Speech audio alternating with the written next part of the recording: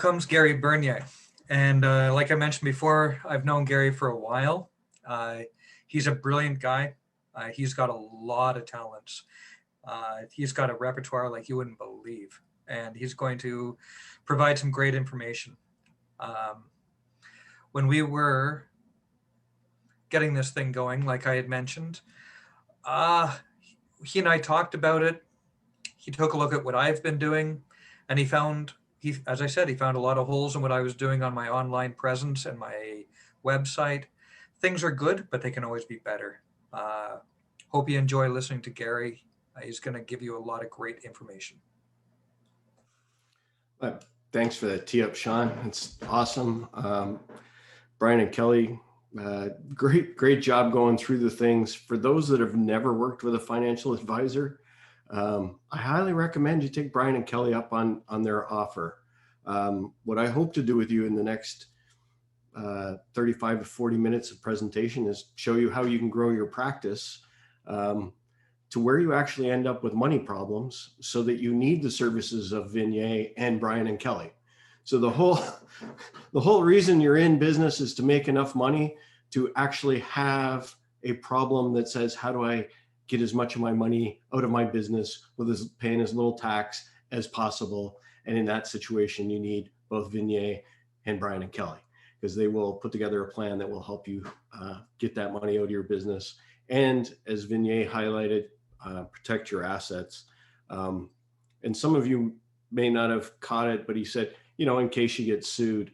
I'll never forget a business presentation where the two guys were standing on stage, and the one guy says, well, I've never been sued. He says, you've never been sued? The guy says, no. He says, oh, yeah, baby, I'm going to sue you right now just so you have the experience of being sued. And I was sitting in the audience laughing because I had been sued twice by that point. So it is a real thing. It does happen, and all of that, protecting your assets, it's real things. And so use professionals. Don't try and do this stuff yourself. You can in the very beginning, but like I said, when you start to build any practice of any size, you're going to want to protect your family, your assets from the public. It's just something you have to do.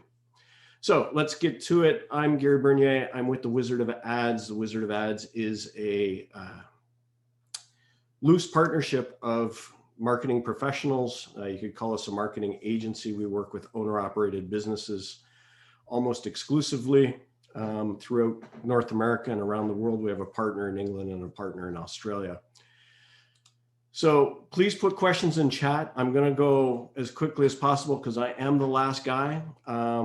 And I also make big leaps. So if I leap over something, please put a question into either the Q&A or the chat. I've got them open on another window. So if you see me glancing to the right, they say Sean is in view and not Gary. We'll get Tara to pop that up. So yes, I'm watching the chat in the Q&A section. Oh, now I'm spotlighted. Thank you.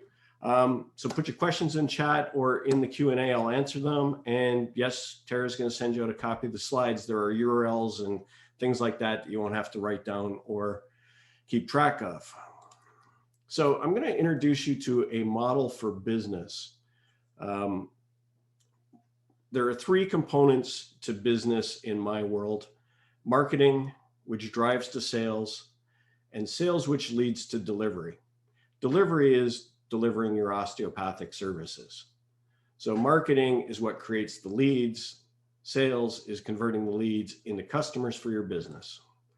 So very simply, marketing is anything you're doing to promote your business, create opportunities, generate leads. And the last one on the right says getting prospects interested in something you do, one thing. One of the big mistakes people make when they start marketing is they market everything they do. I'll pick on Brian and Kelly. We do RRSPs, we do segmented funds, we do this, we do that, and it becomes like too many things. Instead of saying simply, we look after your financial future. And then in the sales conversation, that's where you get to inform them of everything else you do. Yes, my contact details are in the slide deck. And yes, Tara will be handing out contact details when she mails out the recording and the slide decks, as she's promised. So sales is your conversation with, in your case, most likely the person laying on the table on the slab that you're working on. But somehow you have to convince them that what you're offering is better than their other options. And so that's the sales conversation. This is your opportunity to help them understand what it is you do, and get them to buy into your solution. And delivery, I'm going to talk the least about delivery. And in delivery in my world includes accounting, bookkeeping, cleaning, swapping the sheets, everything that you do inside your business to deliver the service to the customer. Probably a better way of saying it is deliver on the promises that were made in marketing and sales by providing excellent customer service. So that's just a model for looking at your business. I am not going to talk about delivery. I will talk about marketing and touch a little bit on sales today. To build a sustainable business, one that continues to grow over a long period of time, needs multiple pillars of generating leads. You can't have one source of leads in your business. Much like Brian said, if you invest in one stock, it either goes up or goes down. Same thing with a lead generating pillar. It will either go up or go down. So you need multiple pillars generating leads in your business to have a successful business, because they don't all bring the same amount of leads on the same day. So, question for you. Are people typing in your business name today into something like Google, or are they searching for what you do?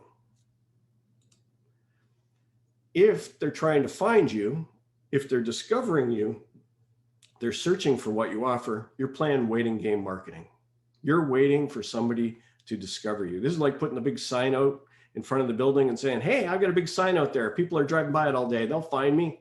Yeah, some will, but how long is it going to take them to walk through the door? Referrals are great, but again, you can't control referrals. Blogging and content marketing is awesome. Again, it becomes an uncontrollable system because you can't tell how many leads that's going to generate on any given day.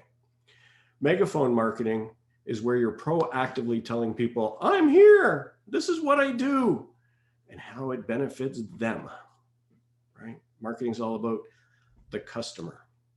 So in a lot of cases, especially in a business like yours, you're advertising before the need arises. But it's 100% controllable. You can spend money and work on, have a marketing program that is 100% controllable. And this is how businesses grow, is that they can dial up that control. So in waiting game marketing, customer must have some idea of what it is you're doing for them, what problem you're solving. People only look for an osteopath when they know what one is and what they get from one. So this will be Sean's job as the association to promote what it is osteopaths do, so that that becomes less of a burden on you guys. The strange thing is they may even have to figure out how to spell it to type it into something like Google. So here's what waiting game marketing looks like. Somebody types in osteopath near me or osteopath Georgetown, which is where I live. Here's what we know when they do that. It demonstrates they're interested in osteopathy and they already know of its existence. There's a tool that Google has called Trends, and this kind of tells you how many times something is typed in to Google, what the volume of search is. So over on the right where it hits 100%, that just happens to be the highest point of search. Here's the good news. The COVID blip, let's see if I can do this, is over. You guys are back up in terms of search volume to pre-COVID. So the good news is search volumes back up to where it was. It did take a dip. So again, if you're playing 100% waiting game marketing and you were relying on search to fill your business, yeah, you were going to suffer in April and May due to the COVID effect, because search dropped for a lot of businesses. Definitely the ones like yours that require the hands-on service that can't be delivered in an e-commerce format. Here's what it looks like on a 5-year map. You can see it was a pretty major drop. This is why you guys felt the pain so hard, is people just went, nope, not doing that for a while. But you can see it's back up. I put it in with massage therapists because I didn't know when I was preparing this for you guys, how much osteopath was put in relative to something like massage therapist, because I would think that massage therapy is better known than osteopathy. And what I found out is the volume's about the same. So I think that's really encouraging for you guys and a big thing that you can take advantage of. So when people are searching for what you're doing, you're gambling for the click. You're up against your competitors. These are the people that are in your local market. And you're up against something called an aggregator. These are your new competitors. And I'm going to introduce you to a couple. So when somebody types in osteopath near me into the search box, the first thing that comes up these days is AdWords in your business, then Google My Business. And then we actually get the search results, which in this case happens to be an aggregator. And then we get featured snippets. I underline the URLs in red because they are all aggregators. Sun Life is trying to direct people to you guys and trying to charge you money to be part of their system to sell you back a lead. That's the pure definition of an aggregator. Well.ca, another aggregator. They want to capture the client. They want to send it to you and charge you for that lead. Yelp wants you to advertise with them, so they try to get in front and sell you back the lead. What ends up there's a lot of money behind these companies, and so therefore they're driving up the cost of clicks and occupying those top search locations. And this is a form of parasitic marketing because none of these services do what you do. They just get in the middle between the prospect and the person delivering the service. And I'm sure if I went and looked in Brian and Kelly's space, there's somebody messing around in the financial services business trying to direct people around. So just know they exist. These are some of the things that you're up against. It's not as bad. You guys are not as bad as many other markets that I've seen. You saw Google My Business come up. If you haven't set up Google My Business for your business, you should. It's absolutely free. Google does not charge for this today. You just go to google.com/business. It's a must-have. You can get your clients to rate you. That helps separate you from your competition. I highly recommend you take some pictures and upload them to Google My Business because it actually reads the metadata in the pictures. So you take a picture of your location, you upload it and that all maps and helps because this is tied into Google Maps. The big thing today, if you're running Google My Business, if you already got it set up, keep your hours updated and accurate. As we go through this wonderful time of COVID, everybody's wondering, are you open? What are your hours? And so when it's inaccurate, people show up at businesses and they get frustrated. I'm sure there's a few people in the audience have had that happen to them. Search engine optimization for your website is great. And it's free if you do it yourself. If you're paying for somebody else to do it, it's no longer free. So, and it's where you embed the search words into your content. That's what search engine optimization is. It takes time for Google and Bing to rank your pages up. And there's a whole process for content marketing that you need to run to really take advantage of SEO. If you email me and ask for a copy of this, I'll happily send it to you. So the next one I want to talk to you about is AdWords. As we saw in the search, AdWords come up. This is paid advertising. And you get to this one through ads.google.com. This is search advertising. This is where you're fighting for the click. You're competing in a bid war. That's where you're paying a price depending upon where you want to show up, first, second, third, or at the bottom of the page or on page 2. You can do this yourself or you can hire somebody else to do it for you. An ad looks like this. It has 3 headlines, 2 lines of description, and then something like called ad extensions, which I'll take you through in a second. This is an example of one for a car parts company I do the AdWords for. Basically, you're using the headlines to catch the person's attention. You're using the description to pull them in a little bit more. The ad extensions, these days, I use them to take up more space and push everybody else down on the page. The more screen real estate I can take up for my clients, the better off I am, and that pushes everybody else down the page. There is an extension called the call extension. And if you're going to do AdWords, this is an essential extension to set up because this is where you put in a phone number. So somebody searching on their mobile phone can just click on and I'll show you this in a second, the phone number in the ad. They bypass your website right away and you're right to the sales conversation. Site links are taking them to specific sections or pieces of your website. Call outs, and structured snippets. And it looks like this. So here's the call extension. It's a phone number, and it tracks the calls directly from your ads, so you can know exactly how many calls you got from your advertising.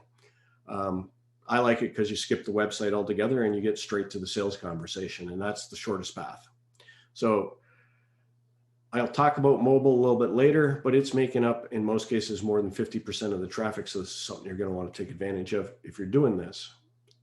A site link, like I said, is just a connection to another piece of your website. It allows the user to bypass the homepage and maybe go to something they're more interested in.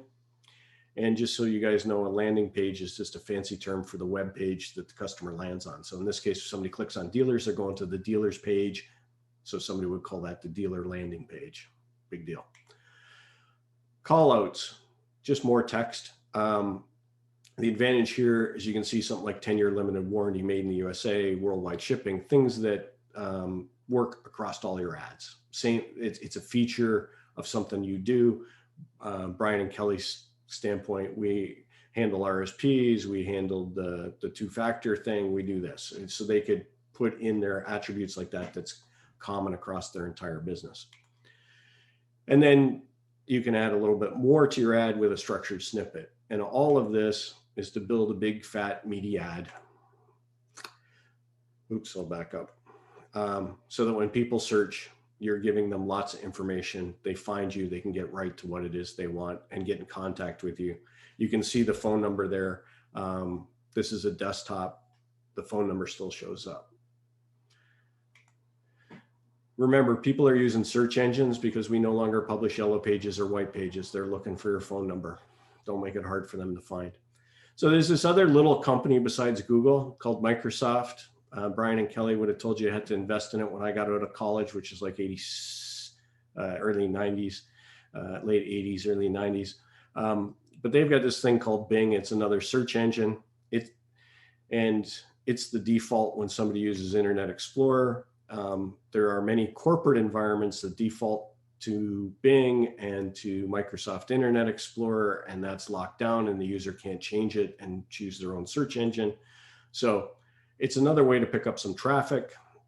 They're a little bit behind Google, but they have a fantastic import utility. So you do your work first in Google Ads, then you go over to Bing and you go click import, and all the work you did just got sucked into Bing, and put your credit card in and away you go. It's another 15 to 20% of the search traffic. So Google being 80%, Microsoft grabbing the other piece. Now I'm going to flip the equation on you. What if you could get people to type in your web address or your business name instead of looking for what you do? And that's what we do at the Wizard of Ads. We help businesses be thought of first and liked the most. We want to create a bond with the prospect long before the need ever arises. So Roy Williams is the founder of the Wizard of Ads. He is the wizard. And this is a quote from one of his books, which I'm going to introduce you to. And it just says, an advertiser should not make an attempt to predict the moment that the customer may need to buy.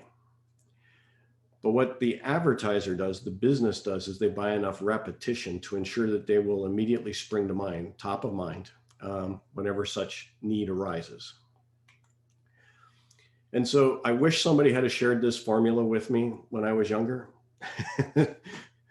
So on the left, we have the size of your market that you're working in. What's the size of my market? How loud am I hollering at them? What's my share of voice? How much are they hearing my message? How good is the message that I'm hollering at them? And then what does the customer experience look like that I deliver for my customers? If I have a really good customer experience, that's great. All those things combined, you'll end up with lots of revenue.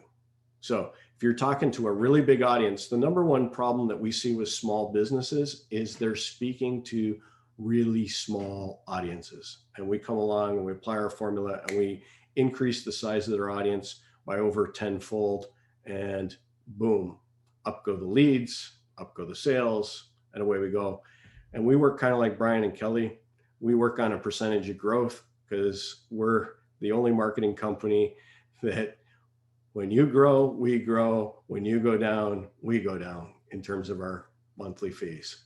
So we're similar to Brian and Kelly in the way we do our fee for service that way. We grow with our customers, which also means we have long-term customers like them. So what percentage of your potential market are you speaking to today?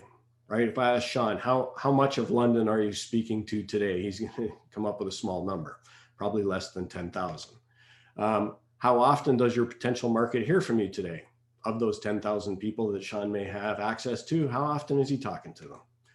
And what's he saying to them that makes him stand out from everybody else? And when we say makes you stand out, if you're sending out a flyer, so's the pizza guy. If you're sending out a flyer, so's the guy that does eavesdrops.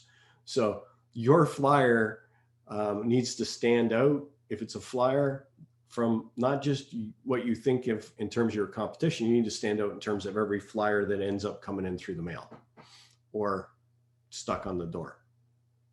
So those are key questions to run in the magical growth formula for your business. So in megaphone marketing, you're delivering your message to the largest possible audience you can afford to as often as possible, repeatedly. You're proactively telling people you exist, what you do, and how it benefits them. You're advertising before they need you. And what does it look like? It could be putting flyers under windshield wipers. It could be putting door knockers or flyers in mailboxes. It could be running a regular ad in the local newspaper. It could be networking with anyone that could use your service. Oh, okay. Good question. Direct mail to key neighborhoods, social media posting, social media advertising, radio, television, or YouTube advertising are all forms of megaphone marketing where you're proactively marketing yourself and typically spending some money to market yourself. So there was a question that was asked, and I'm going to answer it a little bit later, which was how much should I be spending on AdWords? I'll answer it more generically. Sean, if I forget, remind me to say what a marketing budget should be, and then specifically on AdWords, if you will. Thanks, Sean. Okay, so keys to success. Again, wish somebody had taught me this early on in life. I would have made even more money and caused myself a lot less pain. Repetition, do it frequently, constantly, and continually. That is the most important thing in marketing. The number one mistake in marketing is a frequency of one. How many pieces of direct mail did you send? Once. I sent one. Okay, great. Did you get anything? No. Did you send another one? No, because I didn't get any results from the first one. Oh, so direct mail doesn't work. All right, I tried a flyer. So if you've done anything once and it hasn't worked, it'll never work once. If it does work, you got freaking lucky. So you need to continually tell people you're out there, what it is you do and how it helps them. Great example is if we were marketing a moving company, I can look at any neighborhood and I can say 10 to 15% of this neighborhood is going to move in the next 12 months. Guess what? I can't figure out which houses are going to move. Therefore, I've got to market to every house in that neighborhood continuously for that 12 months to become the moving company that moves the highest percentage of people out of that neighborhood. That's what we mean. You can't predict that need, even though you know that that's where your market is. So advertising these days drives to your website. Your website is typically there to get them to contact you, to start that sales conversation, to make that sale happen. That's what people will talk about a funnel. This is what a funnel looks like. Advertising or marketing that's driving to your website. These days, we don't promote phone numbers anymore. We promote websites and we expect them to get the phone number off the website. So here's a way inside Google Ads that you can spend a little bit of money and increase your brand awareness, create lots of impressions. An impression is somebody seeing your advertisement. So here's an example. I kind of did this after talking to Brian and Kelly. This is the Globe and Mail, and the blue box on the right is an advertisement. That's a display advertisement. Anytime you see this funny little symbol in the top right-hand corner, you know this is an advertisement. This is where a display advertisement from Google is being fed in. If somebody clicks on this ad, a tiny little bit of money gets paid to the Globe and Mail because they're hosting the ad. Their job, they're a content marketer. They produce content, they get people reading, they get paid if somebody clicks on the ad. So there are two types in Google AdWords today. There's the responsive display ad. Google made this change about 2 years ago, and it's made it super simple for people to create display ads. You upload some images, just pictures, or if you have some video, you type in a quick headline, a little bit of description in your business name, and you have a responsive display ad. There are also a thing called an HTML5 display ad. These you're going to want to contract out the creation. You can use anybody on Fiverr to do this. This is where you get a little bit of animation and motion in the advertisement. And again, because it's sitting on a content site, it's done that way to attract the eyeball away from the content to your advertisement to get them to come to your website.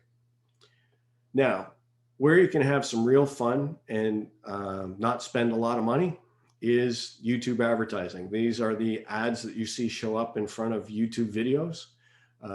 YouTube is still the wild, wild west. What I mean by this is it's not like traditional television or radio today, where a national advertiser can come along and just say, I want to spend this much money and have my ads show up on these specific places. It's so fragmented, it's really hard for the national advertisers to come in and be effective, and they have a very hard time getting their message out in a short format. So small businesses, this is a spot you can take advantage of. Here's what I recommend to people. Keep the video itself short. The minimum Google will let you do is a 10-second video, but you got to get your key points out in the first 5. Because that's when the skip ad button comes up. And in case you don't know, that's the most clicked button on the internet. Every year, that's the button that gets the most clicks. What you can do is choose your placements and channels. So if there's something in the health space, in the sports space, wherever you want to target customers, you can choose a channel and you can put you can place your ads there if you want to. And you can also, like anything in Google, set up a geographic boundary so your ads only show in the marketplace that you want them to show in.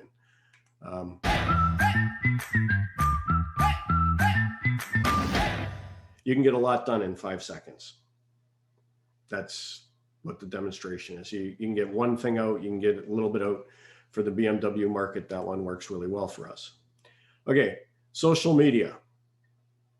Free or not free? Well, you can post for free about your business. The reason you would post is to create social proof. Social proof is, yes, I'm still in business. Yes, is this what I'm doing for customers? Yes, this is what customers are getting from me. One of the problems with just posting on your own pages and everything else is that you're only talking to your known audience. Again, you may not have a very big audience, so it may be a form of re-engagement, which we're going to talk to, but it's not expanding your audience. It requires you to produce content and therefore takes up time. And that's time you may or may not have. When you do the paid version of advertising on social media, you are expanding your audience. You are speaking to more people. This does require money, and it either requires your time or somebody else's time to set up your Facebook, Instagram marketing. And yes, it's limited by the amount of money you want to spend on any given time. So again, advertising, driving to your website so that they contact you so that you can make the sale. Well, that makes your website really important today. And so here's some things I want you to think about for your website. And maybe this is one of the slides you come back to after the presentation. Again, I'm going to say, are your hours easy to see? Are they accurate and updated? One of the things that we've recommended to all of our clients do is every Monday go in and say, updated as of Monday, November the 4th. And so at least that says to people the hours are accurate, the information's accurate, it's not outdated. What is your cleaning process? What's different when I come to your place of business because of COVID? What is it I have to do as the customer differently? So what's changed? How long is a typical session? Can I book a session online? How much is a session? Do you work with my insurance company? Do you take Visa, MasterCard, Amex, PayPal, Apple Pay, whatever you want to say? Do you take debit? Do you take real cash today? Do I get a receipt that I can use for tax purposes? These are all questions that are bouncing around in the prospect's mind before they ever step through your door. And you might as well answer them ahead of time. My favorite question I ask business owners when I'm trying to develop the frequently asked questions page of their website is, what are the questions you wish you never had to answer again? And you write down all the questions that you wish you'd never have to answer again and your standard answers, and that becomes your frequently asked questions pages. And if any of that stuff's showing up here, that's content that should be on your website. And don't forget the basics, phone number and address, because you guys, especially address with you guys, because they have to get there. So I mentioned mobile earlier. These are graphs from real clients. You can see the red line. Mobile traffic is going up. This is actually a jewelry store on the left that is in 3 different malls in a city in the US. And you can see that what's shrinking is desktop traffic, and what's gone up dramatically. And 2017 is the year that the transition was made for the most part, business to consumer, of desktop to mobile. Mobile took over somewhere around middle of 2017. Google started talking about it in 2016, but it took over then. And you can see the big boost on the other one. The other one is SBL Parts that I've been showing you all the way along, and you can see mobile's up, and that's year to date. We got 2 more months to go, and so they'll blow by last year in terms of mobile traffic. So first thing you need to do, look at your website on your mobile phone.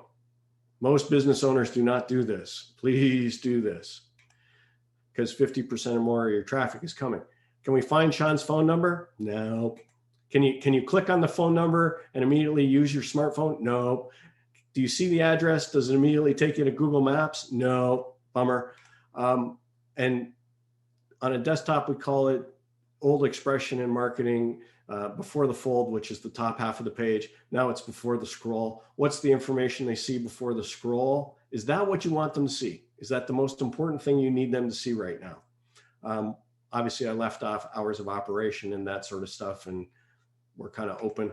So last thing about mobile is we're all impatient when we're using our mobile phones.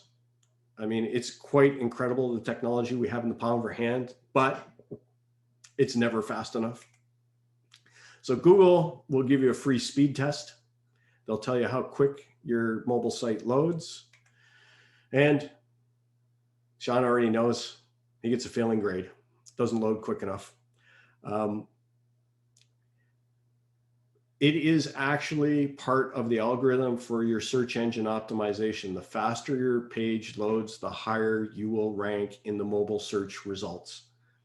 Google's done a number of studies that says if you can get this page load speed down to like 2.5 seconds, you have it's an incredible number, like higher than 50% better chance of converting that person into business.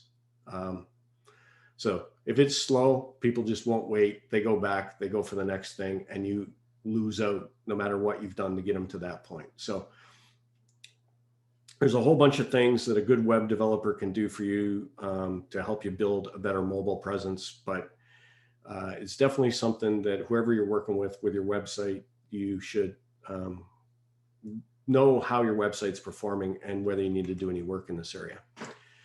Now, online appointments. I know that there's a whole bunch of people, and thank you guys for sticking around. I really appreciate it. I can't believe there's so many of you here watching this. One of the things I would have loved to do with Sean when I first started working with him when his practice was in Georgetown is I would have loved to book my appointment online. Back then, it would have been really freaking hard for Sean to put that technology in place. Today, it is really, really simple. He can go get an account with Calendly or Acuity Scheduling, and there's a bunch of others. They tie right into Google Calendar, which you're probably using on your phone. They automatically support mobile phones. They will take payment. at that time. You can have somebody prepay for their session. That's not a bad thing. So it's never been easier to set this up.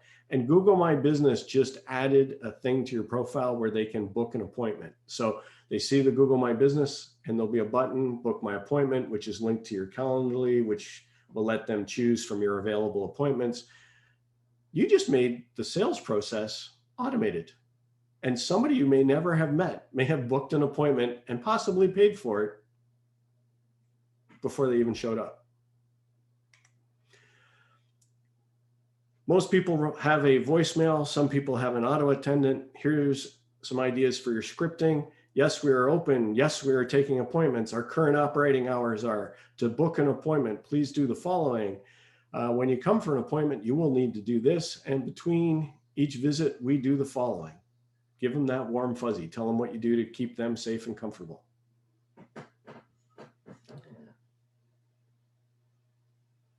Oh. Great. I like Sean. Sean, I like your question. I just read that in chat. I'll answer that one.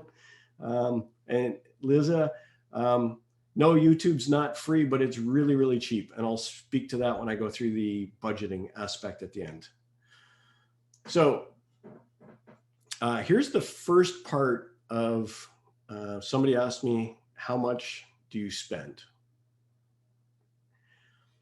So you spend the most amount of money in your business getting a new customer. You spend the most amount of time, you spend the most amount of money. Yeah, Sean talked about it when he went to Brian and Kelly. He wasted 3 days of their time before he turned into a customer. So their cost of acquisition was 3 full days of time. So cost of acquisition is how much money did you spend to acquire that new customer? Now, there's another number that works in conjunction with this, and it's called lifetime value. See, it was a good investment for Brian and Kelly because Sean's still a customer. His lifetime value to them when they add up all of the fees they've been able to generate off of Sean for that period of time is a good number. Okay. So when you have a patient that you carry through your practice for multiple years, their lifetime value is just the sum of all the money that they've given you for all the appointments they've shown up. And if you know that your average lifetime value of a client is more than $1,000, let's say, that probably means you can spend up to $100 acquiring that customer. So the rule of thumb there was 10%. And so the first answer to the marketing budget question is businesses should be spending between 7 and 10% on marketing. And that 7 to 10% is not of what you're doing right now. It's what you want to do next year. So if I'm doing 100,000 this year for easy math, my budget should be $10,000. But if I wanted in 2021 to do 150,000, my budget should be $15,000 for advertising, for marketing. So that's how you can do a rough back of the envelope, pull out your calculator, 7 to 10% on your revenues gives you an idea of what you should be spending on marketing. So back to Vignette, are you spending all your money? I hope not. I hope you can actually have a marketing budget. Now, when you've got a customer, you want to keep them. And so you should spend a lot less money keeping the customer and even less money bringing back past customers because they already know you. So remarketing is just communicating with existing customers or re-engaging past customers. So the first version of this, you can call it keep 'em marketing. Are you sending out thank you notes or thank you emails? Are you sending out birthday cards, Christmas cards? Are you recognizing significant things, times of the year? Are you sending emails? Here's a copy of the between appointment exercises you should do. Here's the email of your instructional video, an instructional video of that exercise. How are you doing with your exercises? Because if you're patients or anything like me, the exercise printout that you gave them ends up on the passenger seat of the car and never makes it into the house, which means I never do my exercises. Is it a text or an email? Your appointment is coming up tomorrow. Again, if you're using one of those services like Calendly or Acuity and they book that way, it'll automatically send out the appointment reminders to them. But there's lots of ways you can set up your appointment reminders so that it happens without your intervention, text and email. And that helps your show rate, because if you've got customers, what you want is everybody to show up every day. You'd love to have 100% show rate so you know what you're maximizing your revenue for the day. Bring it back marketing. We miss you. We haven't seen you in a while. Thinking of you, and come in for a free tune-up or adjustment. Get them back in the door, because again, it's about lifetime value. And has the pain and stiffness come back. Just some ideas on how you can re-engage your customer base. So the association is going to help you be great osteopaths. I want to help you be great marketers. So here's 2 books. These are like $20 books. Both of them are New York Times bestsellers. These I've met, well, Roy, I spent a lot of time with last year. I think I saw him 12 to 14 times. He's in Texas. Dan, his health wasn't good last year, but he's still with us and still promoting stuff.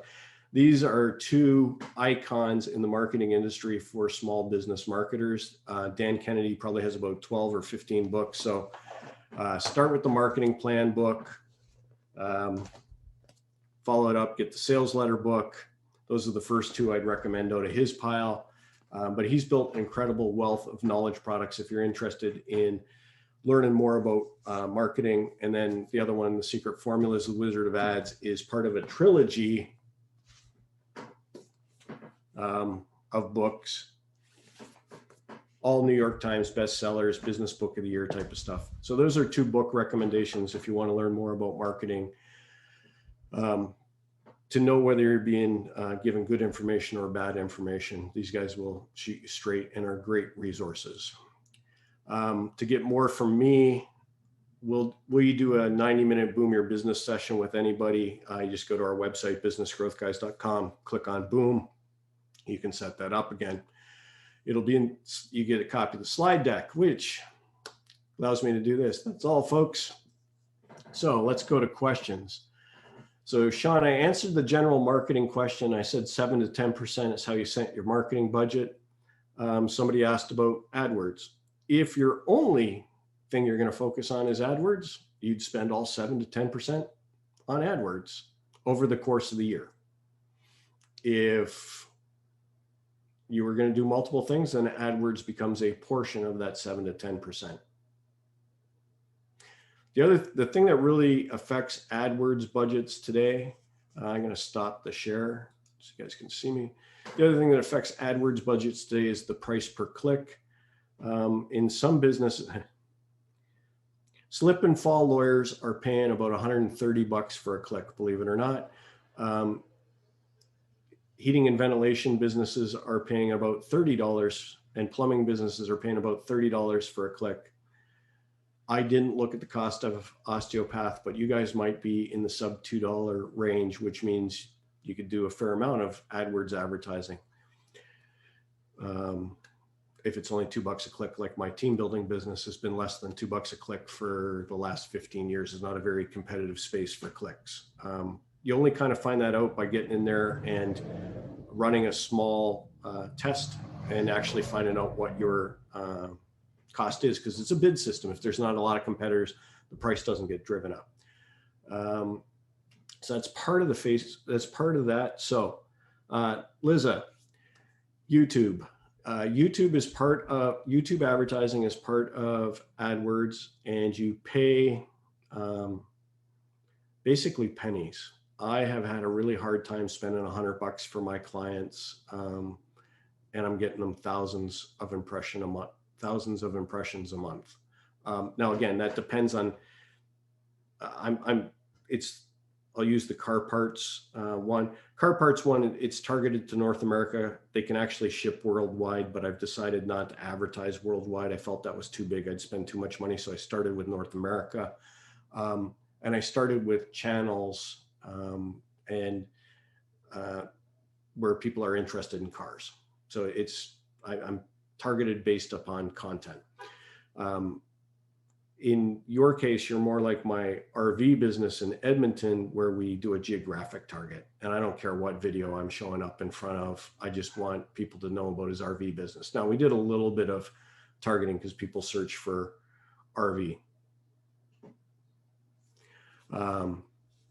So you've got some control, but you can get a lot of impressions for a very small amount of money. The hard part is actually creating your 5-second message and getting that tightened up into your YouTube video. And you can have more than one. So usually when I run a video campaign, there's more than one video trying to say the same or deliver different points around the same business.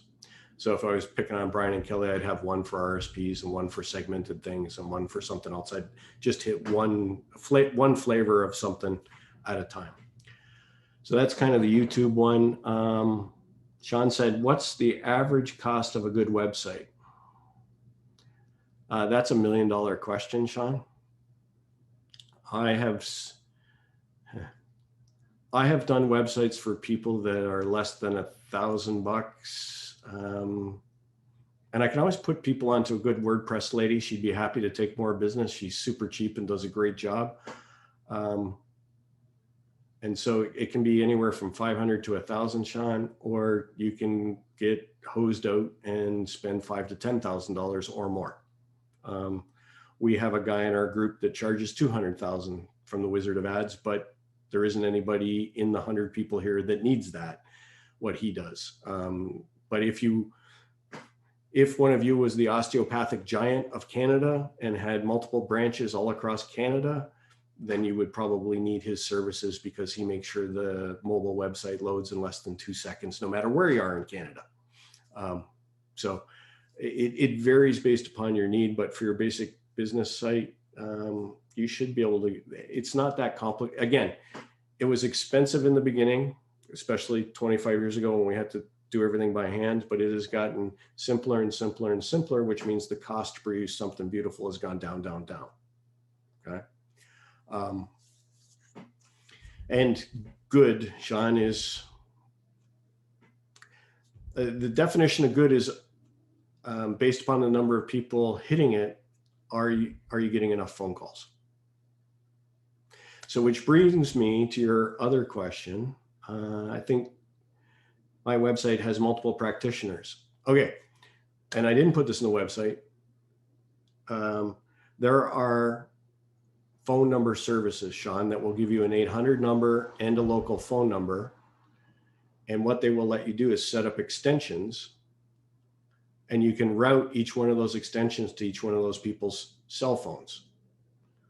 And they cost about $25 a month. So I run one for my team building site. If you call Business Growth Guys, you're coming through one of those, whether you call our 800 number or 416 number, it comes in there, you press 1 or 2, and you can set it up to ring your cell phone, your home phone. You can, and it'll take voicemails and send you an email with the voicemail attachment. So they're awesome in the fact that they make you look unified today, and yet allow everybody to have their own voicemail box and system. So those are awesome for making you look bigger and more cohesive than when you're a fragmented group. And yes, Sean, allow you to pump that phone number out. Okay, let's see. So my website got that one. Yeah, okay, that covers that. Advertising on YouTube, cost of a good website. Is it worth it to have business cards anymore?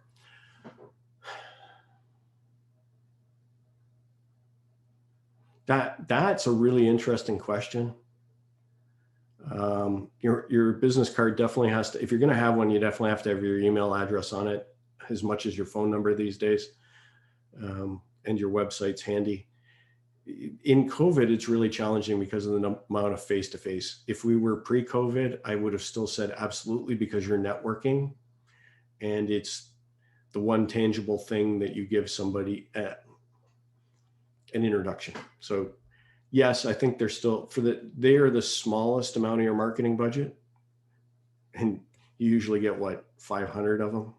I have yet to ever give away 500. I still struggle to do that. I buy them in 250 lots now. Okay, and then Mallory had a question. What are my thoughts on paid Facebook marketing? Should a company invest separately in this platform alongside Google AdWords? Facebook marketing is awesome if you're fitting into the feed. And so the best way to figure this out for yourself is you need to be observant of the stuff that catches your attention in the feed and how it catches your attention of the paid advertising. You as business owners thinking about advertising, you have to become a little bit of a student of advertising, and you have to pay attention to the ones that you skip over and ask yourself, why do I skip over that? And it's most likely because it's coming through as an ad. It's instantly recognizable as an ad, and it's not about friends or family or your acquaintances and has absolutely nothing to do with fun, just comes across as an ad. And you're like, boop, gone. No relevance to me whatsoever. And you move right past it. So the trick is, how can I fit into the feed? How can I represent myself? So if in Facebook you could, so there's two strategies. One is ongoing marketing and one is launch marketing. And so if you were trying to launch yourself in a new community, you could do Facebook ads as a video ad to introduce yourself to the community and again, promote yourself. And that may be a good way of just getting the word out. The hard part is the ongoing advertising, because you're trying to say, you want to speak to stuff both relevant to them. So you might have to do the video of, are you walking like this? Do you want to walk like this? So you're going to have to study a little bit of what the big guys are doing in terms of pain medication advertising, because they've already figured, pain medication advertising has figured out the hot buttons for people in back pain and this and that. So if you are going to market in Facebook, you have to find a thing you're going to attach yourself to. But as much as my skit was a little bit funny, if you can be humorous in the feed, it doesn't look like an advertisement right away. And so people would be more accepting of that and say, hey, you've got to. So when people look at viral videos, and anybody that's kind of looked at Poopery and some of the other ones, they're all done by one group. And there's quite a lot of science that goes into it, how they mix the humor in. Do you have any advice on how to market to your ideal patient? First question, Kurt, what is your ideal patient? I need to know what you think your ideal patient is.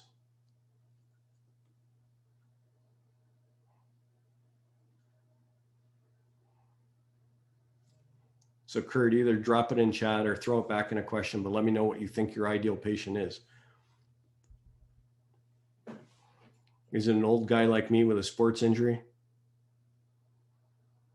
that sometimes wakes up and walks like that?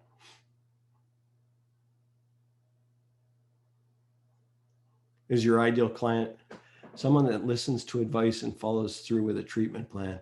Oh, that's a dream customer.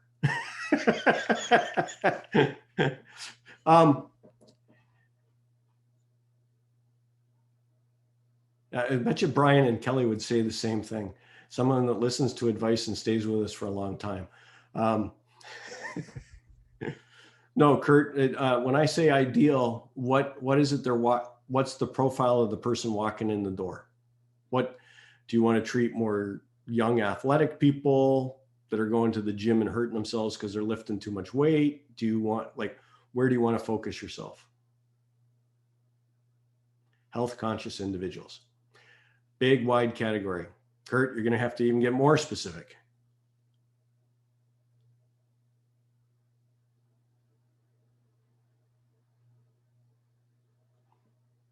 Because Brian could say he's health conscious and I could say I'm health conscious.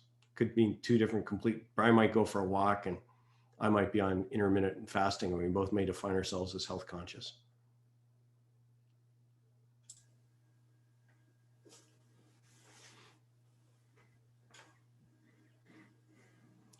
Hey, Sean, why don't you unmute if you can, or get Tara to unmute you.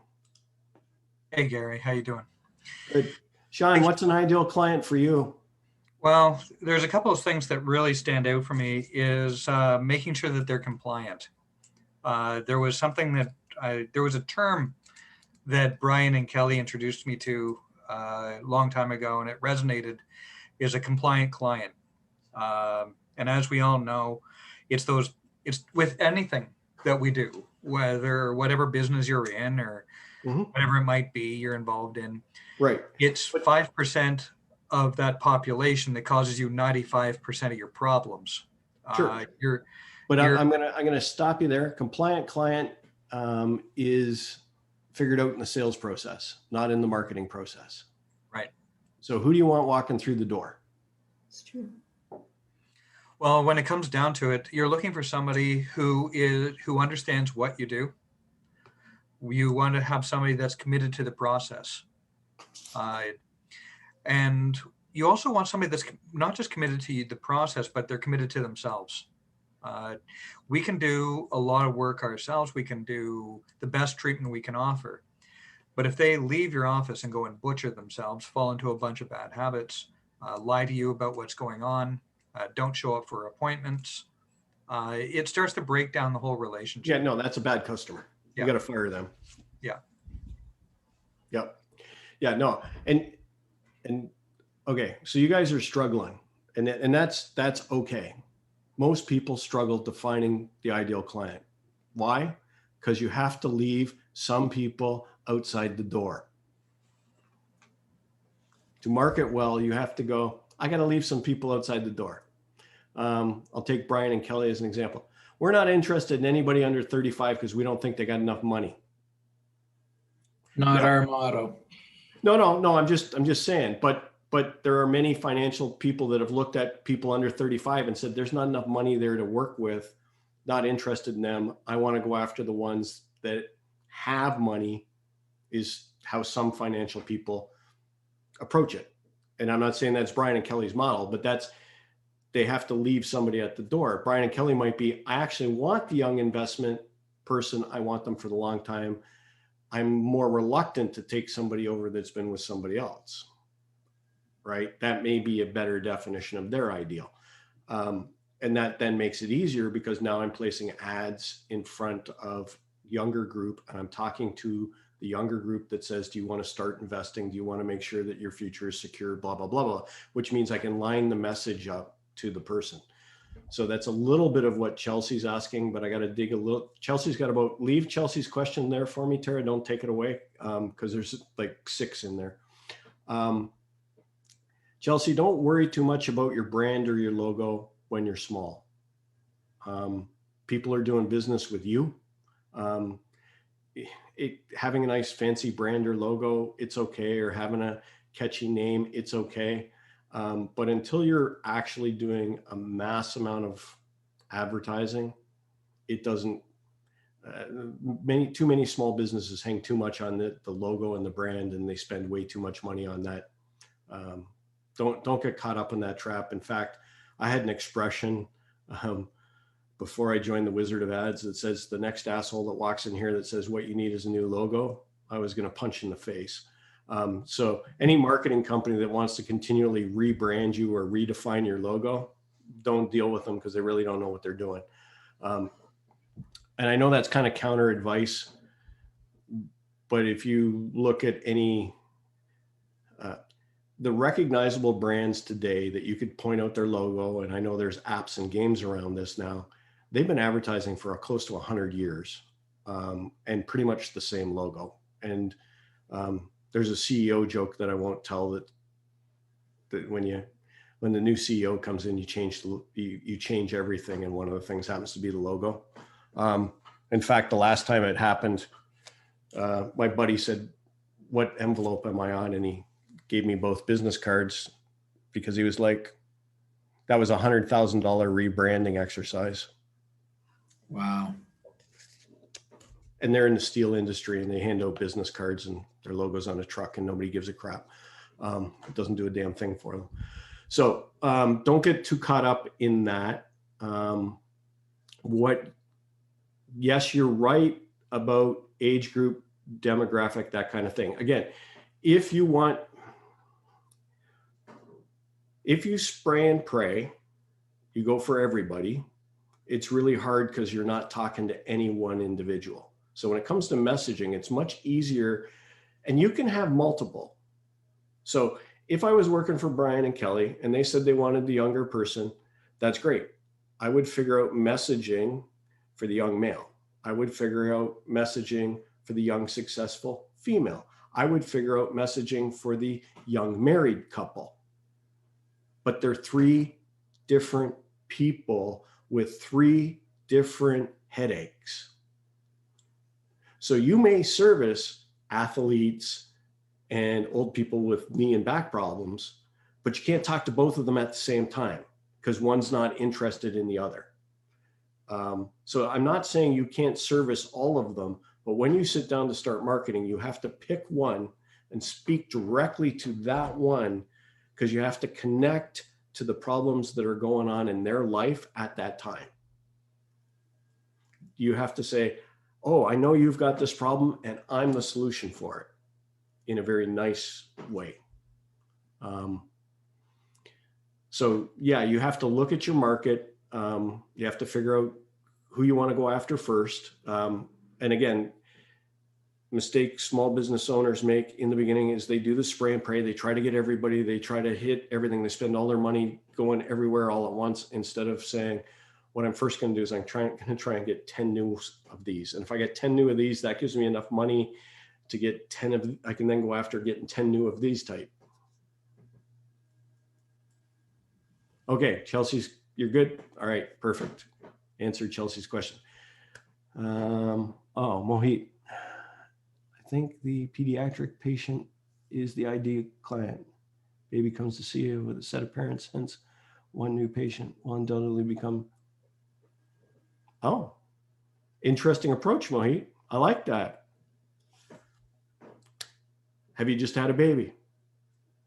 The rigors of going through birth may have put you out of alignment. We can get you back into alignment and help you get healthy and back on your road to recovery really quickly. We can also check the baby to make sure that it wasn't, that it's set up right, that it's going to sleep better at night, all the rest of these things as a result of being in proper spinal and joint alignment. And yeah, if you're taking care of that, you're probably picking up the family. But see how that becomes a very specific thing that you can market to and you can target and get those people calling you. Great example, Mohit. Like that one. One of the big things we also notice is that there's a high propensity that our client base or patients are, it's relational. So these people, it's kind of like how you guys are also working, is the fact that we connected with them in a relationship base. So when they come in, we get talking to them. Gary comes in, I'm treating Gary. We get talking about, he talks about his wife, he talks about his dad, he talks about his kids. His kid plays, one of his sons or whatever plays football. His daughter's a hockey player. They get smashed on the ice. They're getting hit on the field. You know, it's very easy to say, you know what, next time you're in, bring them in with you. Let's have a quick look. You know, you don't have to always go through the whole rigmarole of setting up the appointment, going through the checklist. You know, like, yes, you have to go through health history, you have to do all your due diligence, but it can be a very smooth transition. Asking about how their life, their family is doing, when you know that, you know, Uncle George has had his knee replaced, you know, and he's doing this, that, and the other thing, and say, like, how's Uncle George doing? You know, it builds relationship. It's like, well, you know, he's doing all right. He went to physio. He did this. He did that. He's still limping around. Now his lower back hurts. He's got this headache. Won't go away. He's on all these pills. You're like, how about you just let him pop in? Let me take a look at it. Bring him by. Yeah, no, Sean, that's beautiful sales technique and extension of one customer into another customer, like Mohit was given the example. You didn't say it, but it something in what you said triggered this for me in terms of marketing mistakes. You guys don't need to offer a deal. You don't need to have specials. You don't need to offer a low price. You don't need to offer a discount coupon. All of that stuff cheapens your service. And when we're talking about ideal customer, that brings the transactional customer, not the relational customer. And I don't have time to get into it, and I'm not even the right guy. I'd have to get one of the two guys that's gone deep into this research. But there's actually been research done that the fastest way to cheapen your brand is to do a sale ad. And you instantly decrease your brand equity, and it takes a long, long time to get that back. But it always brings you the transactional customer that's interested in price. And so when the price is the price and it never changes, you get the relational customer. And this is why you can put price on your website. It's also the relational customers just want to know how much it costs. They don't care, especially if insurance is paying their portion of it. They just want to know this is the price and insurance. I get the receipt for insurance, so you work with my insurance group. So don't be afraid of pricing yourself properly. That's another major mistake that business owners do. But the more important mistake is don't offer discount coupons. Don't get caught up in doing the mailer flyers that say, "Oh, promote yourself. What's your coupon? What's your offer? Give a discount." You'd be much better off saying these are the types of people we work with, and the first visit is complimentary. And you get them in. You get to, hey, there's a reason I offer the free 90-minute, Sean. Same. Why? Because that starts my sales process. And I know after that 90 minutes, whether I want to work with that client or not.